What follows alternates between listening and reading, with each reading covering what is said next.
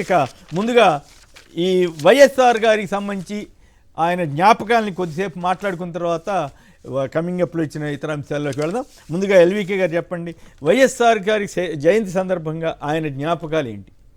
Sir, ఆయన ఘనమైన నివాళులు అర్పిస్తున్నా అందరి తరఫున. అయితే ఇందాక గోరటి వెంకన్న గారు ఒక మాట చెప్పారు, మానవీయత రాజశేఖర రెడ్డి గారిలో ఎట్లా ఉంటుంది అని. మీకు నేను ప్రత్యక్షంగా చూసింది మీతో పంచుకోవాలనుకుంటున్నాను ప్రేక్షకులతోటి. పిళ్ళా వెంకటేశ్వరరావు గారు అని నక్సలైట్ లీడర్, బక్కపంతులు అంటారు ఆయన, అంటే సిద్ధాంతకర్తల్లో ఒకరు పార్టీలో. ఆయన 2003 చివరిలో ఎన్నికలకు ముందు లొంగిపోయారు. సరే, అప్పట్లో లొంగిపోవడానికి కారణాలు తెలియకపోయినా ఆయన కిడ్నీ వ్యాధితో బాధపడుతున్నారు. ఆయన పోలీసులు మాట్లాడారు, చికిత్స చేయిస్తామని చెప్పారు, అన్నీ అయిపోయినాయి. ఆయన దీని మీద ఒక 5 లక్షల రూపాయలు రివార్డు కూడా ఉంది.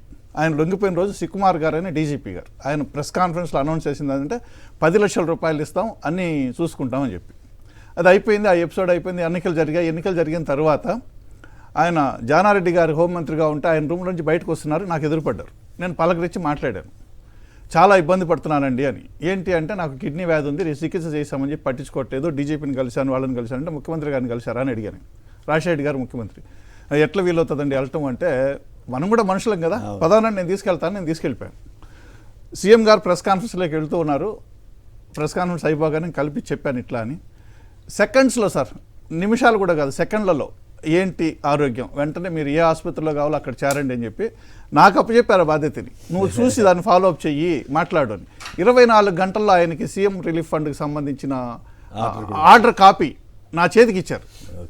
ఇక్కడ ఇది ఉంది కదా మన ఎర్రమంజిల్ దగ్గర, ఎర్రమంజిల్ కాదు, హాస్పిటల్ ఉంది మన జేఎన్టీయూ ఫైన్ ఆర్ట్స్ ఎదురుగా, ఇక్కడ మహావీర్ హాస్పిటల్లో నేను ఆర్డర్ కాపీ తీసుకెళ్ళి వాళ్ళ కుటుంబ సభ్యులకి ఇచ్చి వచ్చాను. అంటే ఇదేంటంటే, ఒక మావోయిస్ట్ పార్టీ, నక్సలైట్లు ఆ భావాలు కాకుండా, సిద్ధాంతాలతో సంబంధం లేకుండా ఒక మనిషి ఆపదలో ఉన్నాడు అనగానే ఇది ఒకటి సార్.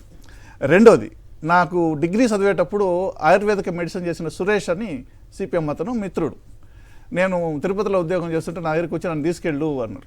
ఆరోగ్యశ్రీ వచ్చిన తర్వాత ఈ సీఎం రిలీఫ్ ఫండ్లు ఏమీ చేయట్లేదు కదా అని అంటే, లేదు నాకు ప్రాబ్లం ఉంది అంటే నేను తీసుకెళ్ళాను.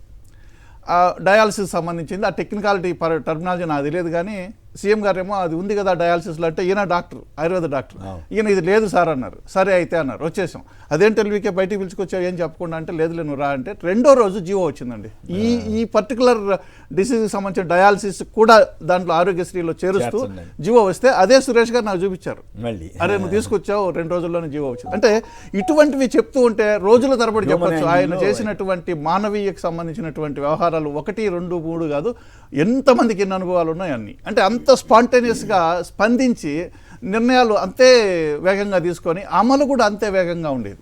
ఒకవైపు కార్యకర్తలకు భరోసా ఇవ్వడంతో పాటు పరిపాలన, అసలు 010 నుంచి జీతాలు ఇచ్చే విషయము, మున్సిపల్ కార్మికులకి ఇట్లాంటివన్నీ, సులభ్ కాంప్లెక్స్లో పనిచేసే వాళ్ళకి జీతాలు పెంచాలనే విషయం, ఏది వచ్చినా అక్కడికక్కడ నిర్ణయాలు తీసుకొని ప్రకటించేటటువంటి తత్వం, అది నభూతో నా భవిష్యత్ అన్నట్టు ఉంటుంది. ఎంతమందిని కలిసేవాళ్ళు అనేది. అంటే అవి ఒక ఏదో కొద్దిసేపు చెప్పుకునేటి కాదండి, కొన్ని వందలు వేలు ఉండేటటువంటి, ప్రతి వాళ్ళకు ఉండేటటువంటి, అంటే ప్రతి వాళ్ళు తన నాయకుడు, అనుభూతి, ఒక అనుభవం, తన నాయకుడు అనేటటువంటి ఫీల్ని కలిగించినటువంటి ఒక గొప్ప మానవతావాది ఆయన.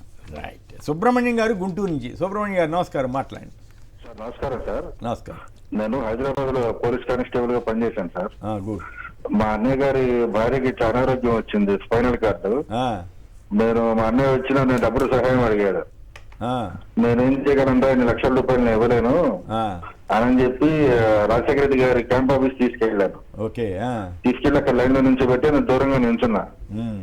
సార్ వచ్చి ఏం పంతులు గారని మాట్లాడి, మా అన్నయ్య దగ్గర రేషన్ కార్డు లేదు, ఆ ఎమ్మెల్యే గారి లెటర్ లేదు, మా అన్నయ్య గారి పంచి కట్టుకొని కళ్ళ మీద నీళ్లు పెట్టుకున్నారు, తిరగడం లేదు. అయ్యో పంతులు గారు ఏడవకండి అని చెప్పి, మీరు వెళ్ళిపోండి మీకు ఫోన్ వస్తుందని చెప్పారు. మూడో రోజు 3,50,000 రూపాయలు శాంక్షన్ చేసి పంపించారు సార్. ఆయన చనిపోయిన తర్వాత కూడా 50,000 వచ్చినాయి సార్, లెటర్ తో సహా వచ్చినాయి. ఆయన చనిపోయిన రోజు 2 రోజులు ఆనందం లేదు. అంత మంచి మనిషి వాడు గుర్తొచ్చాడు. రైట్. మంచిగా జ్ఞాపకాలను గుర్తు చేసుకోవటమే జయంతి సందర్భంగా ఆయనకి మనం సమర్పించే నివాళి.